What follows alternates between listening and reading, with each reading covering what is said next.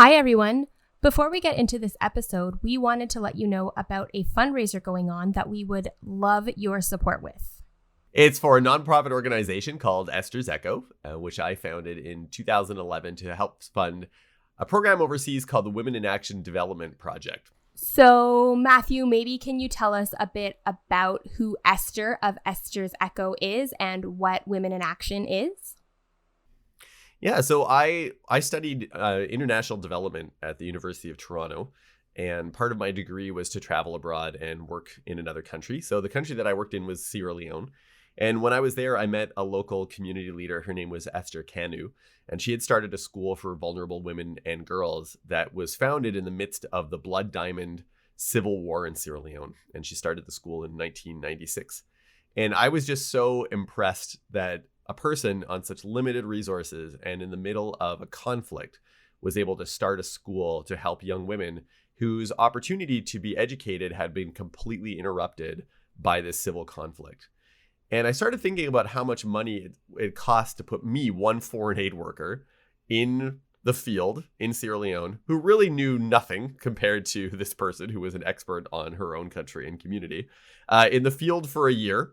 And that amount of money could probably have graduated like an entire class of hers. So like anywhere between 20 to now usually 50 enrolled students.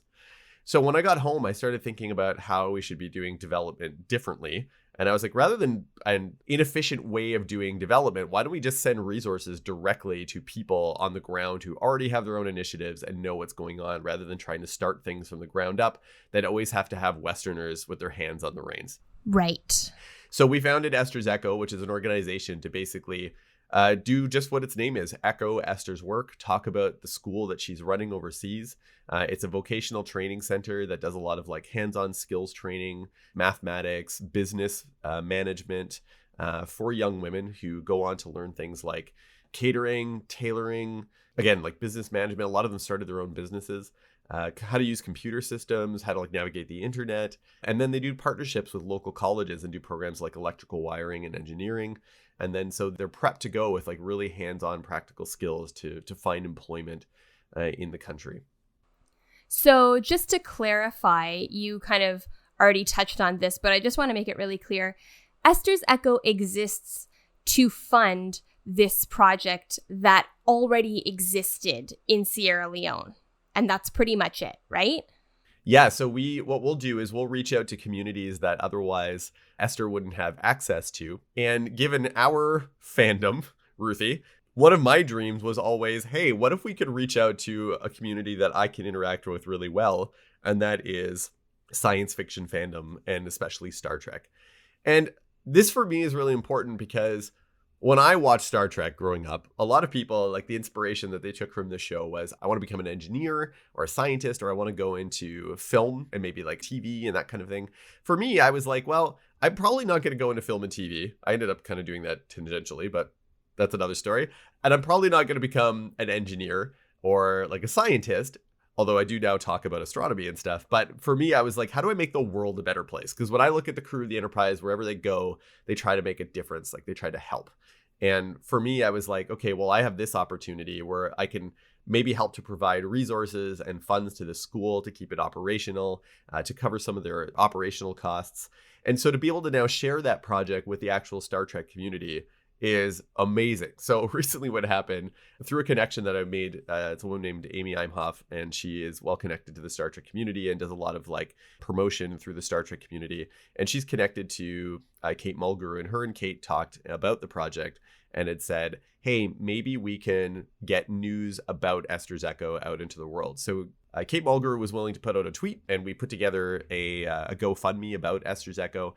And it got picked up, got retweeted by Jonathan Frakes, Brett Spiner, Robert Duncan McNeil, Gates McFadden, Wilson Caruso even retweeted it. Robert Picardo put out a tweet about activate the EEH, which was the Esther's Echo hologram, which was pretty amazing. So to see all of this happening, it was like, oh my goodness, it's like the crew of Star Trek beaming down to help Esther and the organization, just like I always kind of imagined it in my head, that Star Trek was helping to make the world a better place, and now we're doing that for real. And so this has always been a dream of mine, because I really believe that our fandom can be used for real world social change, and that we can make that bright future a little bit more in the present through that work. Amazing. So just in case any of our listeners have not seen any of these tweets, how can they donate to Esther's Echo? So we'll put a link to the donation page on GoFundMe in the description of this episode. You could also probably just Google Star Trek Esther's Echo, and it'll probably come up. It was #1 trending on the Star Trek hashtag a couple days ago. So you could probably also look up some of the tweets from those actors. It'll also have the link for the donation page. We're trying to raise $10,000, which I think is like an achievable goal for this entire community. For sure. That $10,000 will run Esther's school and a satellite location now that is in a more rural location outside of Freetown, the capital city, for a whole other year. So that's 50 more students that are graduated with a 2-year program with skills that will help them survive and thrive in one of the most challenging and difficult places in the world to live. Cool. Well, thanks so much for doing that and for talking about it here. Thanks for asking about it. I'm glad we can share this. I'm really excited about this. You know, Star Trek is great, and it's a way for us to sometimes escape this world and its troubles, and that's a completely valid way to celebrate our fandom. But I think in the meantime, when we come back from that escape, let's bring something of that world into the present. And this is my way of trying to do that, and I'm really grateful to everyone who's been supportive and helpful, both fans and the cast and crew that have been supporting the project too. It's been like, I was seeing all the tweets come in the other day, and I was like crying on the subway. I was like, oh my God. I was like, this is amazing. So yeah, it's been a really cool thing to see happen. Amazing. Well, thank you, listeners, all of you who have already contributed. And if you do choose to contribute, thank you for that. And now we will get into our episode.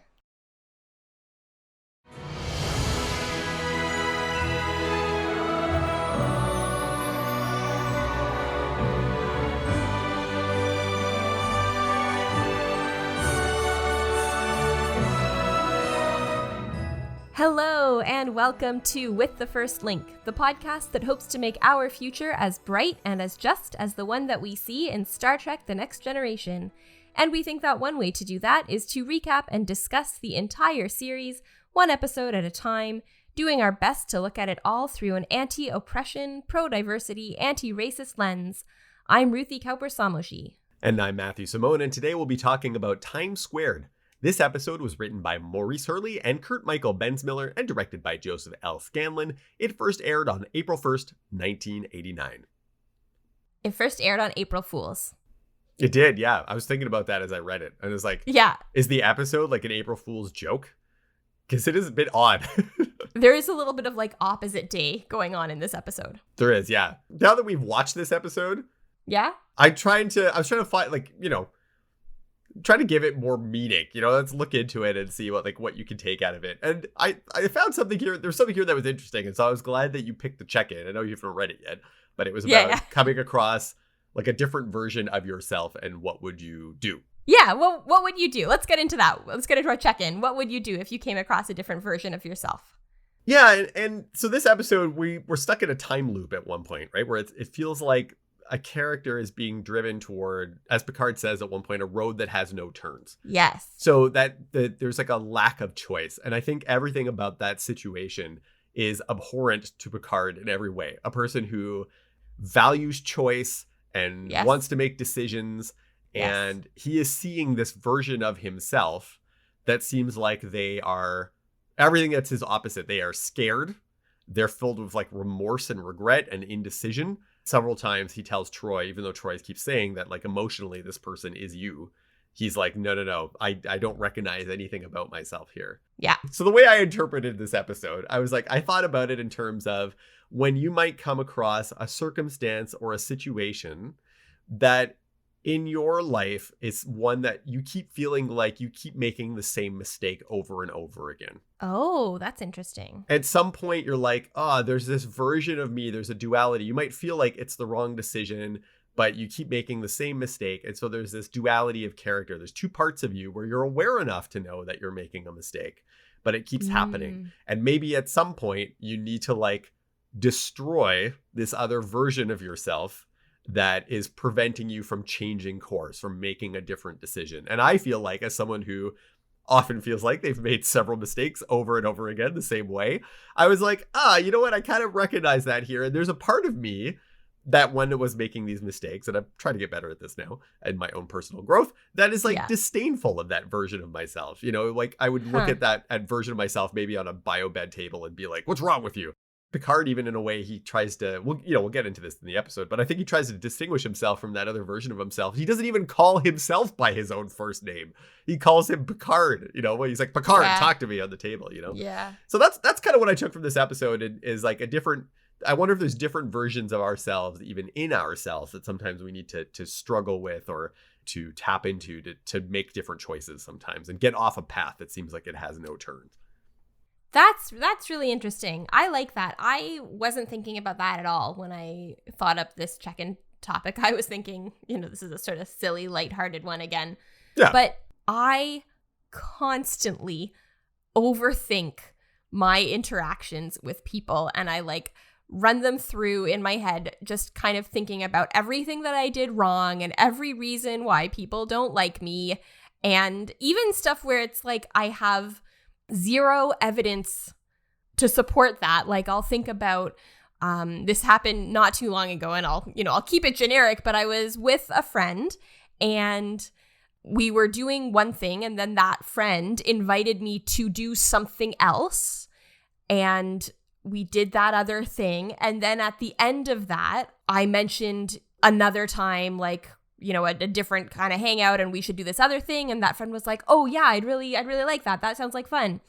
And then afterwards I was like, oh my gosh, I can't believe I did this horrible thing and this horrible thing. I wonder if that person even likes me, and just like going over and over with that. Yeah. And then I was able to like catch myself and be like, okay, Ruthie, what evidence do you actually have that this person found any of what you did to be like off-putting, or that they didn't like any of what you of that whole interaction that you just had? Sure, yeah. And I have no evidence, but thinking if I were to meet a version of myself, would I just notice things that I or they were doing and like notice those flaws and be like, oh my gosh, that's so embarrassing. How could they have done that? How could you do that?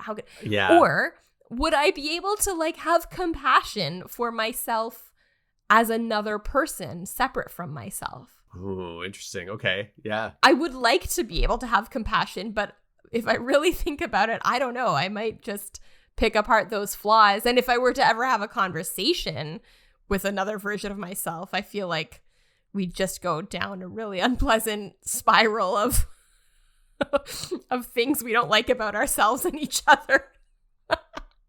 That's interesting, because then it's like, what do we maybe that's an example then of how we actually feel toward ourselves or would treat ourselves. And, you know, it's so often that I read things about how important it is to have self-compassion and like, how would you treat yourself? And I wonder if we would treat ourselves as well as we want to treat other people, and with their mistakes, and would we be as forgiving toward ourselves, or, you know, would we treat ourselves violently and with anger? And I don't know if I would want to meet myself then in that way. That seems like a scary proposition, but maybe we have to do that. Maybe that confrontation is important, even if it just occurs in our own psyche. Yeah. And I think that, like, I didn't think about this when I was watching the episode, but based on what you have been saying about these different versions of ourselves, I think that when Troy is telling Picard to like stop yelling at this other version of himself, she is in a way asking him to practice self-compassion. Yes. Yeah. I hadn't thought of it like that, but that is very true. Yeah. I don't know if the writers knew that that's what she was doing, but there is a piece of that. Yeah, because he's so mean to himself. He kind of like, he doesn't have a lot of like patience. She's like, yeah, he's terrified. He feels remorse. He's scared. He's like, what is he frightened of? Just kind of yelling at himself. Yeah. You know, because he hates those qualities. And there, maybe another element to this is that he feels vulnerable in front of them, that this version of him is being exposed in this way. Yeah, this side of him. He's trying to put on a good show, maybe in front of Pulaski and Troy, because he said in other instances, in other episodes, he's talked about how there's things that a captain just is not supposed to show to the crew. Indecision, fear, that kind of thing. And now he's so exposed on this table, and Troy knows that this is a version of him. And maybe there's anger there because he feels defensive about that he's being so exposed in front of his own crew members. Oh, that's so interesting. I'm so glad you took this check-in in that direction. Oh, well, thank you. Yeah. Honestly, I've been inspired by when I was doing the Strange New World podcast with Mike and Yvette. Yeah. So if anyone hasn't heard those, you should go check them out. And then Ruthie and I were both on an episode. Discovering Trek, Strange New World. Yeah. Matt was on most of the episodes. I was on one. And that was a good episode. I was glad you were able to come in and hang out with us. But Yvette always like really took the analysis of the episodes to the next level. And she would always find this like key theme in the episodes. And I like after she'd talk about it, I'd be like, oh man, like how did I miss that? So I'm trying to think about that more in these episodes. And I don't know if they were intended, say, in this one or not, but I was just starting to think about it in terms of what you had already thought of for the check-in. It's like what happens when you meet yourself and in this kind of situation? And if other people see that meeting at the same time, how might you react? Yeah. I just remember this episode a lot when I was younger because of the visuals that are really cool, and the sort of the funnel that they get trapped in, and the cloudy like vortex is also kind of neat. And so I remember that as well, watching this episode when I was younger, and then the Enterprise being almost like just dwarfed by this maw of this thing as it's trying to like pull it in. It's neat. It's got some neat visuals in it too, this episode. It does. Yeah.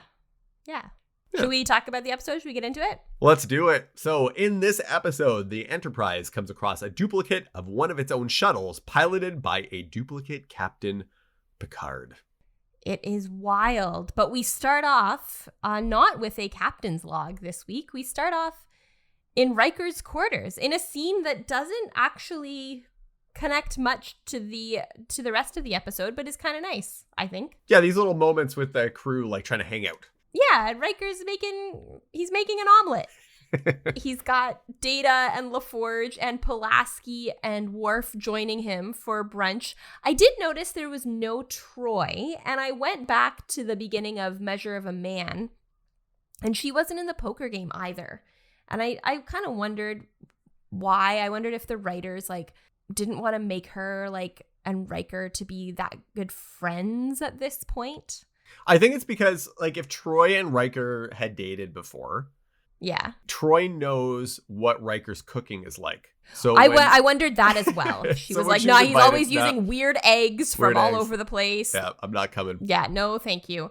But I was also kind of wondering if like there's this certain edge to Pulaski that can be put in a I don't like this framing, but I think there's a little bit of, you know, she's one of the guys. Like she's not like other women.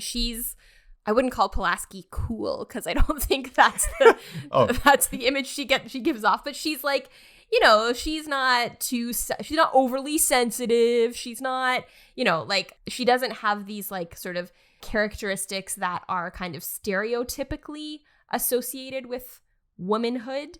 And so, like, she's cool. She's allowed to hang out with the guys and play poker with them and have brunch with them. Because we all know brunch is a stereotypically guy thing to do. Oh, is it? Is that a thing? Yeah. No, it's not. Oh. It's not at all. It's like a...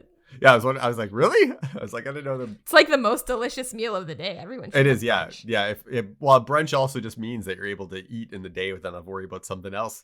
Every meal should be brunch. Yeah. Anyway, let's get back into the actual episode.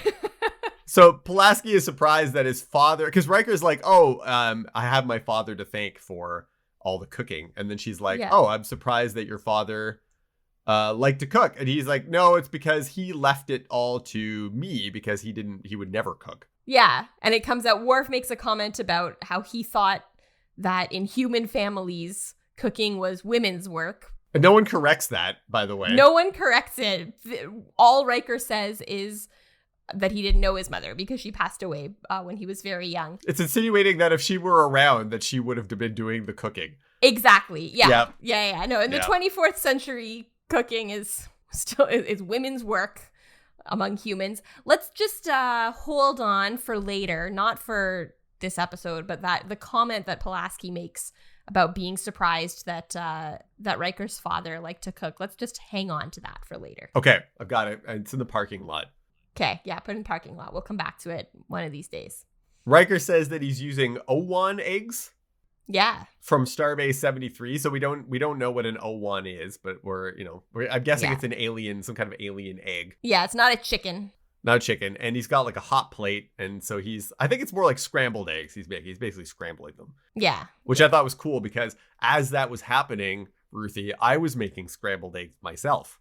Oh, that's fun. I forgot that was in the episode. So I literally had eggs going on a frying pan as Riker did. I was like, oh, that's fun. It's also funny to me that he does it on a hot plate because they don't have stoves. Right, yeah, exactly. They don't have kitchens and things, so they have to like come up with a hot plate. Yeah. So they serve it up and like none of them pretend that it's good. Like they're just like, oh, it's gross. LaForge is like, it's terrible. LaForge like chokes on it. Yeah, he chokes on it. He's like, ugh. Data's watching their reaction before eating it, which is very logical. Yeah. He's like, I don't want to be poisoned or whatever. Worf loves it. He's like, delicious. And which is one of my favorite Worf scenes in all of Star Trek. Worf just like wolfs it all down. You notice Worf and Data both eat with their left hands? I did not. I do know. I remember though that Data is left-handed. That is a thing. Data is. I think I'm pretty sure Brent Spiner is left-handed. I imagine so. Yeah. Worf. I'm not sure. I did some Googling, and I'm not sure about Michael Dorn. But in a later episode of a different series, Worf apparently throws with his left hand, but bats with his right hand. Oh, he's omnidextrous. Maybe all Klingon warriors are. You have to be able to use both hands. That's right. It's from years of batleth training. Yeah, exactly. That's right. Anyway, they're saved from their horrible omelet that nobody except for Worf likes because Picard calls Riker to the bridge, and they're all like, "Yep, we'll go with you. Yep, we're not going to sit around and eat these terrible eggs." Saved by red alert. Yeah, so they get to the bridge, and Picard says that they've picked up an automated signal from a Federation shuttle, which is weird because there are no other ships around. There's no they're the only Federation ship in that space. Mm-hmm. Worf says that there is at least one life sign. It's a humanoid life sign on the shuttle, but they can't communicate because the shuttle has no power. And then we go into the intro. After the intro, they are intercepting the shuttlecraft with a tractor beam. And so they're towing it in because it has no power. So they're putting it into Shuttle Bay 2. And there's this cool moment where you can see that the shuttle beam's like main tractor from outside, like through the shuttle bay itself. And then it switches to an internal tractor once the tractor beam angle can't like get inside anymore. I don't think we ever see that again. I thought it was so cool. Yeah, it was neat. Yeah, like the main tractor beam works for like towing something, but if you want to bring something into the ship, you'd have to, that makes sense. You'd have to have an internal one. Internal tractor beam that's projected from inside the shuttle bay itself. So it draws the shuttle in and they land it. And so Riker and Worf and Pulaski go to the shuttle bay. Like they go up to the shuttle and they're like, oh, it looks like a Federation shuttlecraft.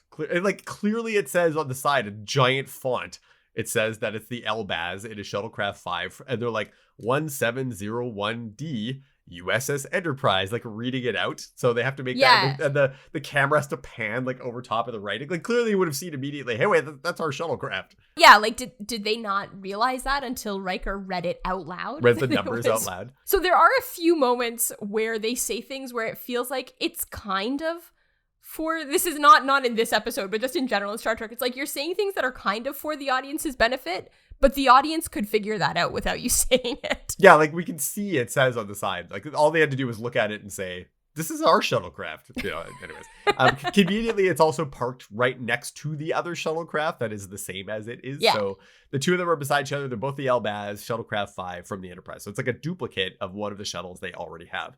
Yeah. Riker calls Picard to confirm that he's on the bridge because when they open the shuttlecraft, they find that there's an unconscious second Captain Picard inside of the shuttle.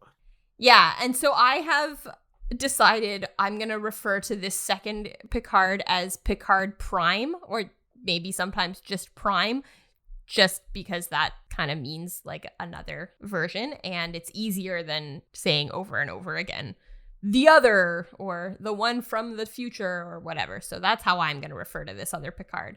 Okay, Picard Prime shouldn't be our Picard? Isn't that Picard Prime?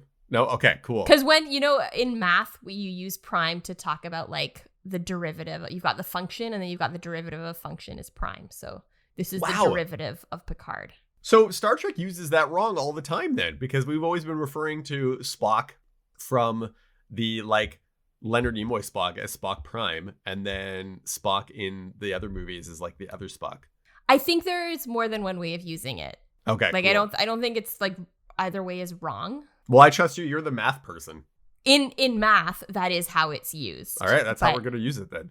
So it is funny when Riker's like calls to Picard and asks if he's on the bridge, and he's like, where else would I be? Where else would I be? I feel like Picard's already a little bit irritated just for other reasons in this episode, and then when he sees this version of himself, he's like, this is it. I can't handle this right now. He's like, did that version of me get invited to brunch? Because I didn't get invited to brunch.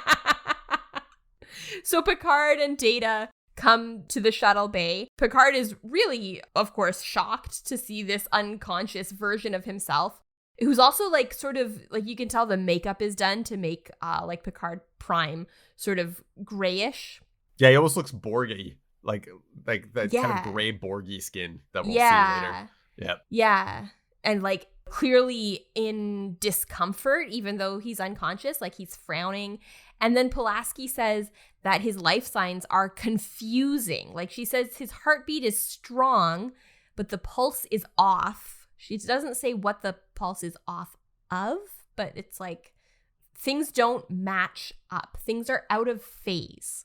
And then Troy, I guess she came to the shuttle bay too. Yep. Like she says that it's difficult to explain what she's sensing because she has never sensed anything like this before. But she says to Picard, that is you.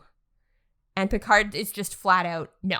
Yeah. He's like, there's no way that can be. Is it clone? Yeah. Is it like whatever? Or it can't be me. There's no way. Yeah. Like he just out of hand without, he's like, listen, I know me because I'm me. Because I'm me. That is not me. I don't show up unconscious in shuttlecraft. And you do in Star Trek. Everyone sees versions of themselves all over the place. So that's the thing. Yeah. As Picard leaves, Riker shows him a scuff on the hull. And Picard says that it looks like it's caused by an antimatter explosion. And so we've learned now about antimatter explosions from Contagion. We know that that's caused by the explosion of a starship, right? Or the dramatic death of a starship because they carry antimatter. So that's a bad sign.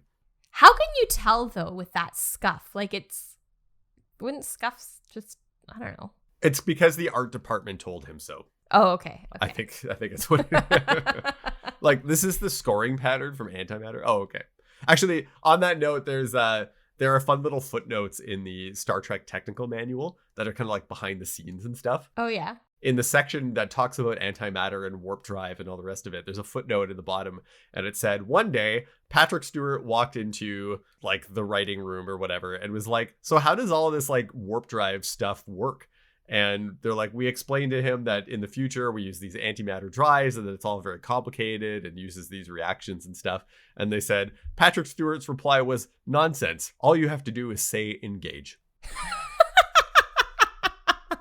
Yeah, that was fun. I think it's hilarious. That's really funny. Data and LaForge start to work on getting power to the shuttle, and they look at the logs, but everything is the opposite of how it should be. So when they add power, it goes down. When they take power away, kind of things go up, and they have to like put the power like in positive phase and negative phase. So it's like the shuttle's backwards for some reason. It is. It's like opposite day. Like this is April Fool's shuttle. Yeah. And there are like explosions, and it's just all very weird. Yeah, Data tries to start it, and there's like sparks and stuff. Yeah, and the same thing is happening in sickbay. Like Pulaski tells Picard and Troy that this Picard Prime's vital signs are distorted, and so he's alive, and she's keeping him restrained.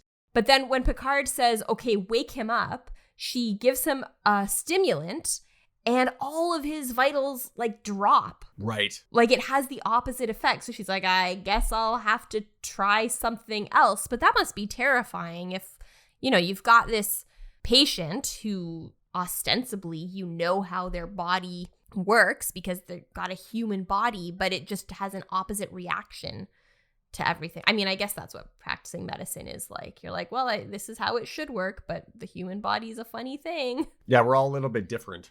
We are, yeah. So that's scary. In the shuttle bay, they eventually do get power to the shuttle, but it's still really dicey, and they sort of do something, and they're like, well, this should work, but it doesn't, and this thing shouldn't work, but it does, and they're like, they have to be really careful, and Data at one point tells LaForge to step out of the way in case there's another explosion. And LaForge is like, okay, but also remember that you are not indestructible. Yeah, maybe a bit tougher, but not indestructible. Yeah, exactly. LaForge notices that the shuttle star date is 6 hours ahead, so that they're meaning then that the other Picard is also 6 hours into the future. So this shuttlecraft and this Picard Prime have somehow been kicked 6 hours into the past. Yes. And so then again in sickbay, when Picard learns this, he tells Pulaski to try to wake up the Picard Prime again. And this time it does work. He wakes up and he looks around, but he's restrained. He's got like a force field on him, so he can't sit up, and he kind of looks around and lies back down. And then Pulaski starts to wonder if Picard is okay. She asks him, and he says, yeah, I'm fine. Focus on your patient. But she does not seem convinced. She doesn't think he's doing okay. No, but as we know, Picard's not super great about talking about his feelings. Or like anything with a doctor about or himself. Like not with Pulaski in particular. Yeah. Back in the observation lounge, LaForge and Data have recovered what they can of the shuttle's logs, so they want to tell everyone what they've found. Picard is apprehensive to play a log from the future. I guess we're hinting here at like polluting the timeline and that kind of thing. Yeah. But they do it anyway. Picard needs that information. So the last visual log, it's kind of distorted. Like we see, it almost looks like a doubling or kind of rainbow effect. It's out of phase. It's out of phase, and LaForge says it's just going to look that way. But the last visual log shows the shuttle departing from the shuttle bay. Riker is there watching the shuttle go off. It departs from the shuttle bay. It flies backward through the anomaly. But then from the shuttle's perspective, they see the Enterprise get blasted by like this beam of energy, and the Enterprise kind of shifts sideways in space and then just explodes. Yeah, this is actually the first time we see the Enterprise explode. It won't be the last time we see it, interestingly enough. It blows up many times. Yeah, this is the first one. We have seen a ship that looked just like the Enterprise exploding when we saw the Yamato explode. This is the first instance of the Enterprise exploding. They also have an audio log, and it's Picard's last audio log, and it says that he has just witnessed the destruction of the USS Enterprise with the loss of all hands except himself. And everyone is very surprised that Picard somehow left the ship, because it's the captain's duty to go down with the ship, right? If anyone is going to die, it's probably going to be the captain first, before everyone else. So everyone's really surprised that he would be the only survivor from the ship and that everyone else would be dead. Yeah, including Picard. He is shocked, and I would guess embarrassed. Yes. Like you were saying earlier in the check-in, embarrassed that this version of himself who survived everyone on the ship even exists. And so Riker and Worf both say that sensors and charts show that there's nothing to indicate that between where they are and the Endicor system, which is their destination, that there's anything dangerous that would even cause something like this to happen. Yeah, there aren't like any ships in the vicinity. There's nothing. And so LaForge wonders, well, should we reverse course? Because the shuttle came from somewhere ahead of us. So should we turn around or maybe just pause? Wait for whatever this is to come to us. Picard and Riker, they go on a little bit about this, this future might not be avoidable, which is, I think, fair to bring up, but they have no evidence to suggest that that's the case. It's not like they've tried to avoid it and ended up having things happen anyway. Like they're just like, no, we probably can avoid it. So we should actually keep doing what we were doing. Like Riker says, you can't avoid the future, which is true, but they don't know that they're in a fixed loop. This is one of the things about time travel episodes, is that depending on who's writing it, the philosophy and mechanics of time travel is always different. Yeah. Sometimes it creates like a schism with an alternate universe. Sometimes it's like you can change it. Sometimes you can't. Worf brings up this theory of Mobius, which is like a geometric form where a twist in space and therefore time is created that you can't escape from. You're just always stuck and to repeat the same loop over and over and over again. Yeah. I thought it was cool that Worf was the one to get to bring it up, because he's not often the one who gets to bring up scientific ideas. Yeah. Perhaps it is a Mobius. Yeah, it was kind of nice. At the very least, eggs over and over again. Delicious. He's like, I hope the loop includes brunch. Picard says that at some point in the future, a decision will be made that will separate him from the Enterprise. And it will seem like the right decision at the time, but it won't be. And so they have to anticipate it so they don't make the same mistake once, he says. Not again, yeah, but I like once. That. Yeah. He kind of smiles at himself for saying that. It's like, I'm very clever. Yeah. So in sickbay, Picard and Troy return to check on Picard Prime, and Pulaski says she is learning just how much of the body is held together by its internal clock. And so this other version of Picard, his systems have changed their rhythms because he was thrown out of time. And as we get closer to the time that he left, his body clock is sort of realigning. And that made me think, you were just talking about the different kinds of time travel that we see. Mm-hmm. And I mean, this is true. Any science fiction that involves time travel, I think no two time travel stories are identical. They always have slightly different versions. But I almost think that this Picard isn't even just Picard from the future. I think this is Picard from one specific moment. Oh. When they get to that moment, it's not like it's not like he's able to think about the options that he was able to think about the first time he did it. Like, this Picard takes a predetermined path. And also, I was thinking when she was like, well, as we get closer to his time, he's realigning. And I was like, but shouldn't he still be out of time because he's also moving forward in time? Like, shouldn't he still be in a different phase? But he's not. Like, he is, I feel like this is something different from time travel. This is the Picard of one moment. That's fascinating. I had not thought of it like that, but that makes a lot of sense. It kind of, yeah, I like it because it plays into what I was saying earlier, that it's this idea of like confronting decisions and choices, right, and this like other version of yourself. So this other Picard is maybe not a whole other Picard. It's just like a manifestation of one choice in one time. And so before that point, he's not really like filled with consciousness or like a soul or whatever, but he's just the embodiment of this one decision. And so when the time approaches to make that decision again, he becomes like a fully conscious, like, human being again. I hadn't thought of it like that. That's very smart. Yeah, I think you're right. I think that's exactly what's going on. Cool. Yeah, because he doesn't make sense as a full Picard. No. Whoa. Yeah. There might be more to this episode then. Kind of. There might think be, about yeah. It like that. Yeah. I hadn't thought of it like that. That is very cool, actually. Yeah, and I think that makes a lot of sense. So, anyways, Picard, in the meantime, though, like, this other Picard Prime is still not fully, like, aware of what's going on. No. Troy says that this Picard is, like, in another dimension, and it's like they're looking across this great chasm at us and trying to understand what we're saying. But Picard is, like, grabbing himself and, like, yelling. He's like, what went wrong? Like, what's going on? And, like, he's just very upset and unsympathetic in any way. Yeah. So Pulaski, she says that, this Picard, he's starting to become more lucid. He's still unaware of the surroundings. He doesn't really know who is who or where exactly he is. Troy says that he's feeling remorse at what he has witnessed and that he's afraid. And then Picard asks Troy if she still believes that this Picard Prime is him. And she says that she is, but she says to Picard, but you aren't.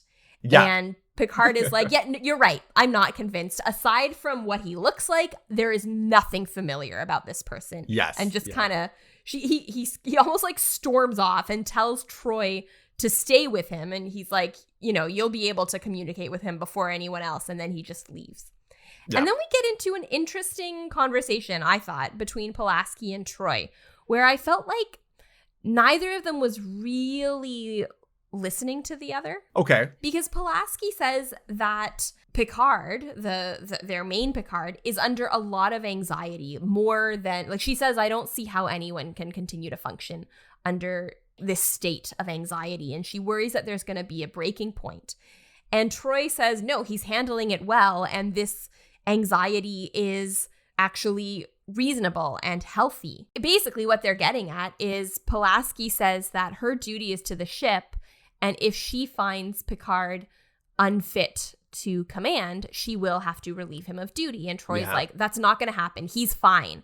I don't know. I'd be curious to know what your thoughts were, because when I was seeing this, I was thinking, on the one hand, there are problems where, someone being upset about something or anxious about something or angry, that is then taken as some sort of flaw, or as, okay, well, you are not able to do your job. You are not able to have any power because basically, like, because you're showing feelings, because you're upset or you're angry or you're worried. And that is a problem. And certainly it's not usually used against white men in power. It's usually used against, people who are marginalized or oppressed to say, like, oh, listen, you're getting upset about things. We can't listen to you while you're upset. Or, right. Yeah. Or stuff like that. And so I can see Troy sort of advocating against that. At the same time, like, Picard is having a lot of trouble with this. And I think it's worth entertaining the possibility that it might affect his ability to keep the ship safe. I don't know. Does that make sense? I guess so, yeah. I think Pulaski's under less bias. She hasn't been around the ship as long. She doesn't have maybe the same loyalty to Picard. And so that's why she's saying, hey, maybe we got to get rid of him. And maybe that's why Troy's defending him. But maybe Troy also has insight into his brain and what's going on with him. And she can speak for him and say, no, like, he's okay. But if there were two people to have a conversation about the fitness of the captain, I guess it would be the ship's counselor and the ship's medical officer. I guess so. It makes sense for them to have that conversation. It does. It just doesn't really feel like a conversation. Yeah. It feels like Troy is like, nope, you're wrong. And Pulaski's like, we'll see. We'll see. Yeah. I think we probably don't have more time in the episode than that. And I think it's kind of dropped in there to say, like, this might be a thing, but then we kind of move on from it. And we end up in the shuttle bay. And it looks at the shuttle 5 prime and then is like quickly leaving. So he's kind of looking at it, and it's this foreshadowing of what might be. It's a very like short, quiet scene of just Picard on his own. Yeah. Which I think Patrick Stewart does those scenes so well. Oh, yeah, he does. Yeah, I can always tell there's a lot going on inside the character. Yeah. And that comes forward in his acting. They go back to the ready room, and Picard and Riker are discussing what force could bring the shuttle back in time and potential theoretical possibilities. So one of them is like traveling beyond warp 10, which we'll get into later. That was another way. Remember when I talked about the Iconian gate that I thought would get me to school on time? Yes. That was another thing that I used to think when I like knew I would be late. Like when I left after when I needed to arrive, and I'd be like, there has to be a way. Like if you travel faster and faster, like you get there early and earlier, there has to be a speed that you could travel where you would get somewhere before you left.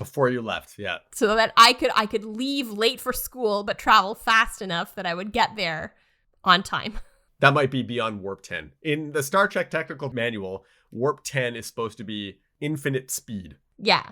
What they say is that you would simultaneously occupy all points in the universe at once. Right. That's intense. Yes. The other is to slingshot using a star's gravity, which we see happen in Star Trek 4. So in Star Trek 4, which had only come out a few years before this, although in my childhood brain, there's like a giant gulf between those things because it was like 3 or 4 years, which is like half of your entire life when you're that age. You could travel around a star and go back in time. And that's how we saved the whales in Star Trek 4. So that happens. Yeah, I like that they mentioned that. Yep. That's a little shout out. And I believe that is what they do. I haven't seen season 2 of Star Trek Picard yet, but I believe that is how they time travel in the latest Star Trek Picard series. Oh, I think so. I can't fully remember. Yeah. The shuttle doesn't have warp capabilities though, so it can't do either of those things. It can't go warp 10. It can't go like slingshot around a star's gravity at warp speed. So there's no natural force that they know of that can do it. So Picard wonders if therefore there must be an intelligent force at play. I'd kind of like this because TNG is such an episodic show. I really like it when they mention things that have happened in the past, so that he mentions the traveler who was able to sort of manipulate time with his thoughts. Yes. He mentions Mannheim, who had these sort of unstable time experiments. I think Riker does a really good job here of sort of validating all of these suggestions and then saying, maybe now actually isn't a good time for you to do what comes naturally to you, which is to kind of logic your way through this puzzle. And he says one of your strengths is your ability to evaluate the dynamics of a situation and then take action, take a definitive and preemptive step. But you can't do that here because it's not just that you can't find the answer, but you can't even define what the problem is. We're dealing with time. We're not dealing with a person or a thing. Yeah, and so that's hard to sit down. He said, so Picard says he doesn't know how to sit down, shut up, and wait very easily. Yeah, Riker's like, oh, I wasn't going to put it that way. Riker brings up, I just want to mention this because I think it's a bit weird. Riker calls this Picard's Persian flaw, which apparently, so I was Googling this, I could not find any like credible sources. The idea behind a Persian flaw is in weaving rugs in ancient Persia, people would intentionally put in a flaw to prevent the rug from being perfect because only God's creations can be perfect. So they would intentionally create these flaws. I was not able to find any Persian or Iranian sources that said that's what this is. Okay. It could be a real thing or it could be like a westernized thing. I also wonder if he kind of means tragic flaw, which is like a literary device that's meant to be a character, the flaw that causes a character to bring about their own downfall. So yes. Like I think that's sort of what he meant, which is different from what a Persian flaw is supposed to be. But anyway. Yeah, Persian flaw is more flattering than to say to your captain that they have a tragic flaw, I suppose. Maybe, in this case. I guess.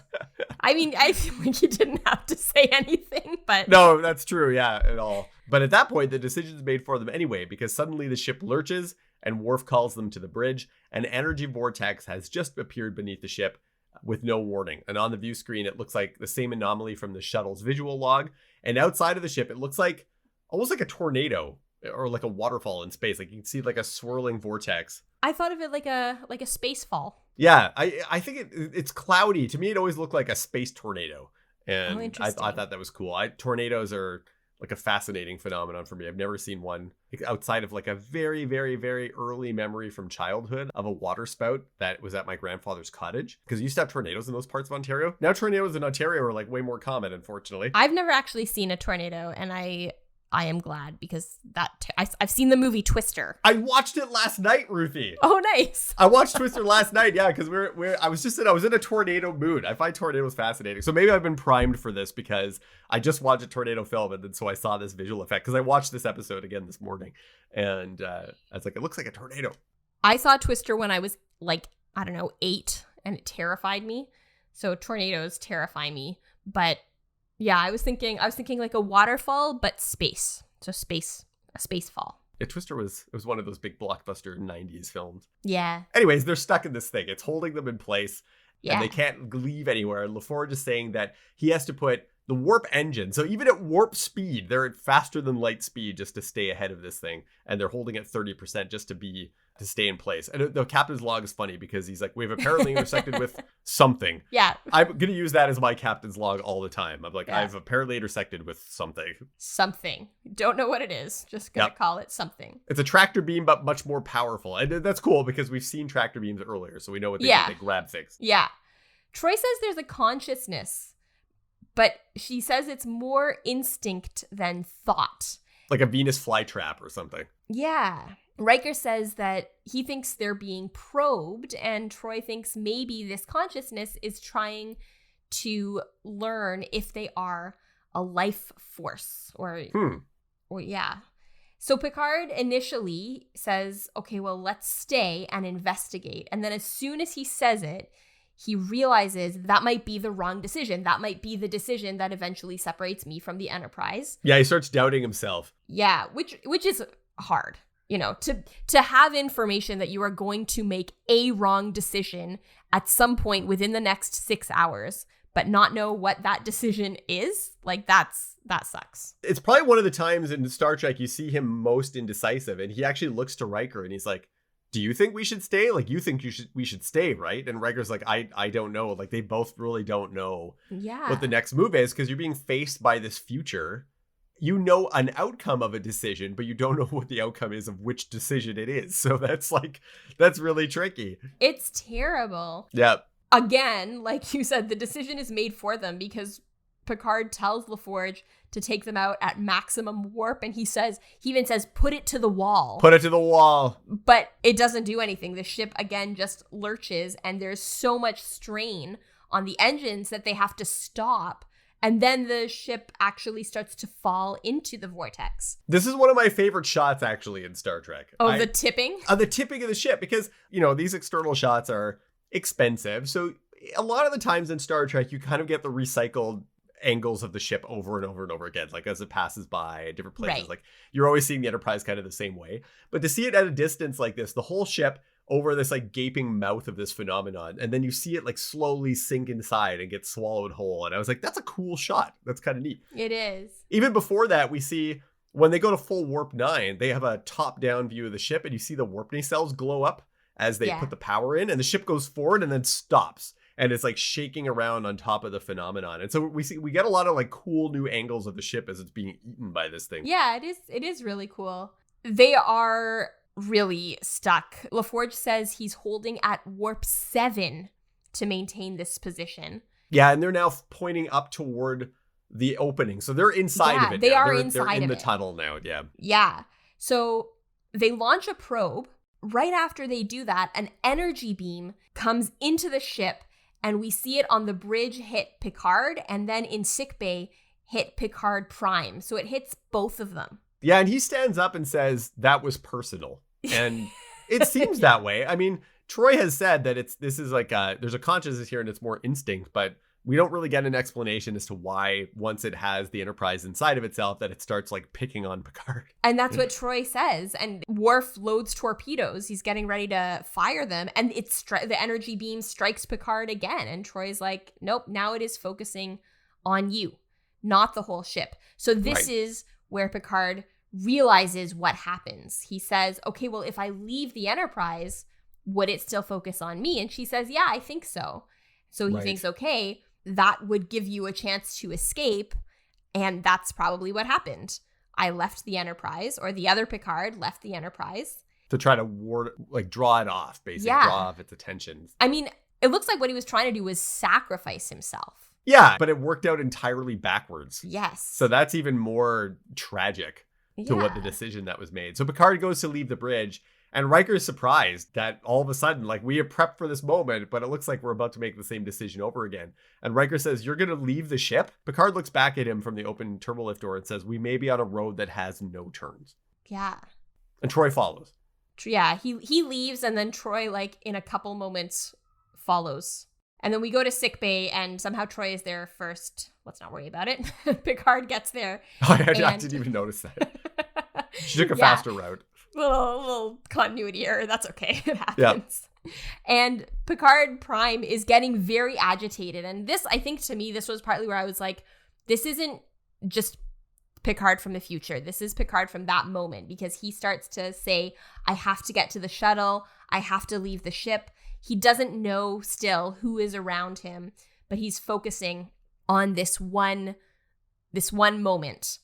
And so Picard says to Pulaski, release Picard Prime. And she calls security, but he says, no security on this. And also clear everyone out of Shuttle Bay 2. Like, he doesn't want any distractions. And he also doesn't want anyone to potentially witnesses. Well, yeah, to witness or potentially to like get hurt, get in the crossfire of whatever is going to happen. Yeah. So he wants like just him and his duplicate, basically. Yeah. So he follows his duplicate to Shuttle Bay 2, and Picard Prime keeps saying, I have to leave the ship. I don't know that this is real. This seems to be his interpretation. He says that this entity sees the ship as a life form and me as the brain, and it wants me. Yeah. So that's the idea. He wants, like we said, he wants to separate himself from the ship so that he will draw the fire. But Picard is saying it's not going to work. What's the other option? Yeah, because apparently there is another option. And Picard Prime is like, oh, it won't work. And he's very singularly focused. Yeah. Picard Prime wants to go to the shuttle. And our Picard is like, but what's the other choice? And finally, Picard realizes that Picard Prime is locked into this like single intent, unable to change, unable to alter any of the previous actions. Picard Prime says there is only one way. There is another way, but it would never work, but won't say what it is. And finally, Picard says that they can't fight, escape, or go forward. And Picard Prime gets very upset with the idea of going forward. And they realize that must be the other option then. Yeah, it's a bit of a funny thing where Picard keeps saying, what was the other option? And at first I was like, I mean, it doesn't look like there is another option. Like either he leaves in the shuttle or he doesn't. Like that's the other option, is he doesn't leave. But eventually it comes out that, there was this other idea of going forward, meaning going into the vortex. Yeah, and just like letting yourself be carried by it. Picard Prime is like, that will destroy the ship, but our Picard knows that the ship is going to be destroyed anyway. Might as well try this. Yeah, might as well try it. We already know what the other outcome is. Yeah. He says, before we can go forward, the cycle must end. And so he grabs a phaser. Yeah. And he shoots the other Picard. And that Picard, like, the sparks fly out of him. And he kind of, like, slumps over in the Elbaz. And then he just sits there. And so, like, he has literally killed himself. He has shot the other version of himself. I was thinking about this when we did the check-in, that you said that Yvette kept bringing up these, like, deeper pieces of the episodes. And I was glad you brought that up in this one, because I totally did not see that. And I was like when he says that line, before we can go forward, the cycle must end, I was like, that feels like a metaphor. Yeah. Like there are so many, you have to break so many cycles. There's so many ways that you can apply that. We have to break this cycle before we can move forward. That works with certain kinds of like trauma and abuse and oppression. And there are so many cycles that you need to break before you can move forward. It just feels like a general metaphor. So I'm really glad you brought up this other thing, because I was really stuck on trying to be like, what is this representing? Was representing? Well, I think you put the final piece in there too, because when you're saying that the other Picard is not really, it also makes this scene a lot less tragic. But yeah, if the other Picard is not really like a fully realized alternative version of him, but it's more of like this moment in time where he has to make a decision and decides not to make a repeat mistake or repeating the same mistake over and over, he has to like literally destroy that other choice. Like it's like we're not making that choice now. And he's shooting himself, but it's actually like maybe we're seeing like an external manifestation of an internal struggle, which happens a lot in Star Trek. Sure. And then you're not really actually killing another like sentient person, because it is kind of murder otherwise. It is. It's it's really disturbing. And then he just calls to Pulaski. He says, report to Shuttle Bay 2, and he just leaves. He just leaves. Yeah, he leaves his other dead version of himself just there. Yeah, so Pulaski arrives with O'Brien, and she finds this Picard Prime there. She doesn't say anything, but you can tell like clearly he is dead, and she just kind of again walks away. Yeah. Like, she doesn't even say anything. O'Brien stays. Brian's like, I'll hang out. I'll stay with the other captain. All right, I'll watch the dead body here. Yeah. Back on the bridge, Picard says that trying to escape will only weaken them further, so they tell the helm to set a course for the center of the vortex, and we're just going to go straight in. So we see the ship spin around 180 degrees, and it heads into the vortex, and we get this scene on the... from the bridge, we can see like the center of the vortex. So it's like we're staring down like this cloudy like tunnel, and the ship shakes around for a bit. And then as that's happening, the Picard Prime and Shuttle Prime both vanish. Yeah. And O'Brien tells them that has happened. The cloud corridor vanishes, and we're back to the Enterprise flying at like normal warp stars through space. And Data says that they're back on course to Endicor like they always were. And that all decks, Worf says that all decks report no damage and no casualties. Well, there was one casualty. There was one casualty, but apparently no one's reporting that one. And thankfully the body has disappeared, because that would have been a bit awkward. I feel like he could have just stunned him, and that would have been fine too, but he doesn't. No, because then you'd have two Picards kicking around. Like, I guess he didn't have to do that. I don't know. Yeah, I don't know. It's weird. I see the imagery. I get it. I think it makes more sense now that we've tried to decode it a bit more, but yeah. Yeah. So we end on the observation lounge. Picard is there alone, looking out the window into the stars, and Riker joins him. And Picard says, this brings up a lot of questions, but not any answers. And Riker wonders if maybe it was an illusion. But Picard says that he thinks this version of himself was maybe thrown back in time so that like almost as a warning or as a way of telling them, make a different choice, do something else. Yeah. And then he says, they say if you travel far enough, you will eventually meet yourself. And that having experienced that in very real terms, he would not care to repeat that experience. It reminded me of a quote during the Apollo moon missions. And we actually have this quote engraved on a table outside of the Trachy Observatory, the observatory that I work at Simon Fraser University. Yeah. And it says, "We came all this way to explore the moon. And the most important thing is that we discovered the Earth." Oh. During the Apollo missions is when the most distant images of Earth were ever taken. Right. One of the most iconic, and I think one of the most reproduced images in the world, at least in print form before everything started going digital, is called Earthrise. And it's of the Earth rising over the horizon of the moon. It was kind of this profound thing that, yes, we were trying to go out to the moon. We were trying to explore all of these things out in space. But then we were able to look back and have this profound view on ourselves and our own place in space. And then the same thing happened with the Voyager probe. When we sent Voyager out into space, we had the camera turn around, and the last photo that it took before we turned the cameras off, and this was a project that was inspired by Carl Sagan, was to take a photo of Earth. And it's the most distant photo of Earth ever taken. It's called Pale Blue Dot, and it's the Earth from 6 billion kilometers away. And it's just this little dot. And Sagan has this incredible monologue about that picture that people should check out called Pale Blue Dot. And I think this is an important thing about Star Trek as well. Star Trek's always about us discovering more about ourselves as we explore the universe. And I wonder back now to Riker saying this thing about Picard is like, you're not really good with just like sitting and waiting and riding something out. But even the escape of this phenomenon required that. It wasn't them to struggle to get out of it or to fight to get out of it. They had to just turn around, make no decisions, and just let themselves be carried by the phenomenon through to the other side. And sometimes life is like that. You might be able to struggle against it, but it might not be able to. Sometimes some things you just got to ride out.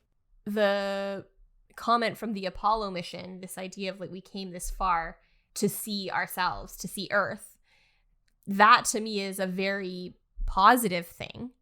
Yes. Picard is looking at it in such a much more sinister way. Yeah, it's like this experience that he's had with a version of himself that's vulnerable and he doesn't really like. But I think this goes on in a way to become part of Picard's growth arc through the series. It does, I think. Yeah. Yes. He is not great with vulnerability. No, he's not. That's where Q comes into play, I think, often in Star Trek. Well, it's funny that you say that because this episode was originally, I read a couple different things. It was originally either meant to be a sort of as a two-parter, and in the second part we would discover that actually Q was behind this whole thing. Oh, interesting. Or it was not necessarily going to be a two-parter, but there will be, here little teaser, spoiler alert, we are going to see Q in a couple of episodes. And that episode was going to somehow connect back to this one. And that, again, you would find out that Q was sort of orchestrating this whole thing. And it was him who sent Picard back in time. Fascinating. Because we do see stuff like that happen later, but in a much more kind of developed way. That basically is the finale to the whole series. Well, yeah, they ended up using some of those ideas in the finale in a way that I think was done so brilliantly that this one I think was kind of lacking. Yeah. I don't think they could have done that finale episode in season 2. Like that finale, it works so well as a finale. Yeah. We'll get there in however many decades it takes us to get to season 7. I think what works so well about that is that the characters know each other and know Picard so well. Yeah. And here they just don't. We're only a season and a half into the whole series. Yeah, you have to earn the meaning behind that. I thought about that finale a lot when I watched the second of the two-parter Marvel finale with Thanos. I don't know if you watched any of those movies. I've hardly watched any Marvel movies. Any movies, yeah. But they do like a very much like because the movies take place over like, I don't know, they're doing them for like 10 years by the time this finale comes. And a lot of it is them traveling to the past and meeting like previous versions of themselves from the past movies. And it's like all this nostalgia and callback over the 10 years of the films. And I was like, oh man, this is like the all good things of Marvel. Like it felt just like that. Kind of like taking a page from Next Generation. But you're right, they have to earn that. The characters need to develop those relationships over time for something like that to work. So in the meantime, it's more of like a, it's sort of a one-off little like metaphor episode, which is fine for Star Trek. Yeah, I don't mind them. And no, not at all. These are like trial runs. Yeah, exactly. And I'm glad you brought up what you did, because I do think, and like you were saying just a little while ago, this does become an important part of Picard's arc. Like he's not great with the vulnerability, but he does get better at it. Yes, he does. And I think that is a very big part of what leads up to that finale that we'll get to in 30 years, like you said, or whatever. But it is about Picard having more like opening up and having deeper connections with his crew and realizing that maybe he doesn't have to have that kind of like veneer of perfection or whatever. Yeah. And actually, now that I think about it, that idea of like a flaw being there to prevent something from being perfect, there is a piece like Picard is a really good captain, and I'm glad he has this flaw, because as a character, it would be really infuriating if he didn't have any flaws. So this is, I'm glad he has this. You have to have, I had a writing teacher once who was like, when you're writing, he was talking about writing novels, but he was like, you have to have the capacity for growth. You don't necessarily have to have the growth, but you have to have the capacity for growth in a character. Otherwise, it's not going to be an interesting story. And I think it's true. Yeah, the characters have a flaw but if your show doesn't care about character arcs, then you probably write these more archetypical heroes that are just like perfect, and they always do the right thing, they always make the right call and stuff like that. But in these series, and then and certainly in future iterations of the Star Trek franchise, we have characters that can grow, that make mistakes, that are flawed. And it's interesting when you have other characters show those flaws or point out those flaws in order for them to grow. And I think we'll see more of that as the series evolves. And I can think of a couple characters off the top of my head. Q is one of them. I think Q pokes at a lot of the human flaws through the series. He does. It's like his favorite thing to do. Yeah, and that we introduced that as a whole idea right off the get-go, is that we're going to be examining humanity. And does it deserve to travel through space? Does it deserve to be what it is or what it's trying to even do? Yeah. Cool. Well, that was fun. I'm glad we were able to say that. As I was putting together the summary for this, I was like, oh gosh, not a lot in this episode. So I'm glad we were able to find what we found. Well, I think we're getting good at that. I mean, we even managed to talk a lot about the Royale. We did. Cool. I think I'm good. Did you have any other final thoughts on this? No, I think we got it. I think we got it too, yeah. Well, thank you all so much for listening to this episode of With the First Link. If you liked what you heard, please feel free to leave us a 5-star rating and a review on Apple Podcasts or your podcast provider of choice. Our cover art was created by Nathan Nunn, and you can find more of his work at nathannunn.ca. Our theme song is An Amazing Adventure by Flame Lion Studio. You can follow us on Instagram and on Twitter at FirstLinkPod, or send us an email at firstlinkpod@gmail.com to let us know what you would do with a different version of yourself. I'm Ruthie. And I'm Matthew, and if you doubt your cooking skills, make sure you always invite a Klingon to eat.